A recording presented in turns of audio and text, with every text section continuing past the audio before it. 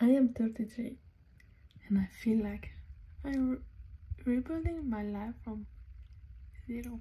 Oh, wait, almost 34. This is definitely not what I thought I'd be. Like, some things just didn't work out the way I hoped, and I felt really stuck.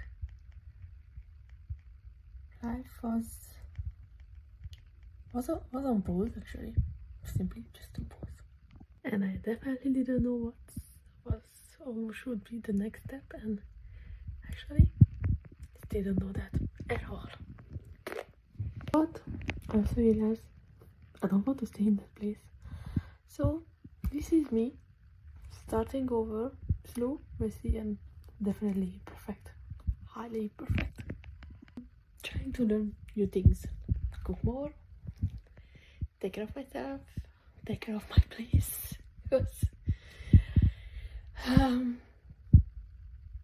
go out more, play more time, pass more time with my dogs, be more active, and just life in a small, simple, crazy way.